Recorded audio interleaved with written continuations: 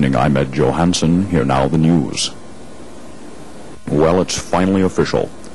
After months of speculation and planning, Walt Disney World officially seceded from the United States this afternoon. Michael Eisner, whose coronation as the Disney Regency's first king is scheduled for early next week, told reporters that there are several items on the royal agenda. Eisner already has plans in the works for economic and social programs, but he admits that the highest priority item for the first several months will be national defense.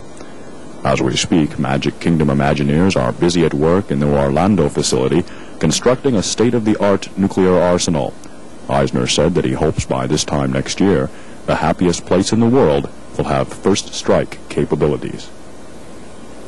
Most widely read newspaper in the world, USA Today, announced plans this week to start publishing a series of high school textbooks.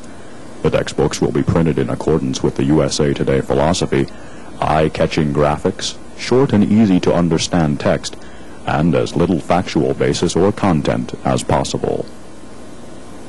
Officials at ABC Television revealed today their reasons for firing the writing staff of the hit comedy program Perfect Strangers. Apparently, for the last 3 seasons, the writers have been Xeroxing old Laverne and Shirley scripts and changing the names of the characters with whiteout. The findings of a 1988 survey released by the Census Department yesterday yielded this surprising fact. Most people in the U.S. think that Iowa, Ohio, and Idaho are just different pronunciations of the same state. A discovery by a visitor at the Yosemite National Park has the scientific community questioning the validity of Darwin's theory of evolution. Apparently, a group of chipmunks has been discovered that have passed most of the tests that have historically been used to separate human from animal intelligence. Although still primitive by most standards, they have developed a written and spoken language and have been able to manufacture small iron and bronze tools.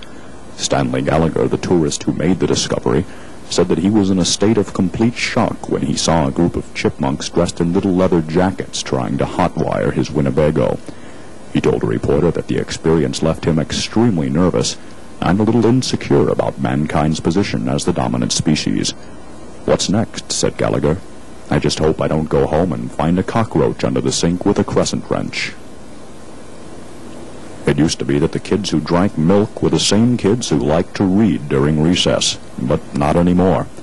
The National Milk Council announced their new milk campaign, which starts where their previous Milk It Does a Body Good campaign left off. Their new slogan will be, "I'm drinking milk so I can grow up and beat the living crap out of you." This just in. It turns out that Iowa, Ohio, and Idaho are just different pronunciations of the same state. The state, correctly pronounced Idaho, is located where most people think Minnesota is. In keeping with the recent trend of celebrity-endorsed adult party games like Burt Reynolds' Win, Lose, or Draw and Donald Trump's Trump, Charles Manson announced plans for his own game to be marketed this fall by Milton Bradley. The game, based loosely on Manson's experiences in group therapy, is to be called This Is Real, This Is Not. Players will take turns pointing to things they see and trying to differentiate between hallucinations and real objects. In a related story, Nintendo announced plans for a series of video games based on the Bible, the literary works of Shakespeare and Mark Twain, and the U.S. Postal Service.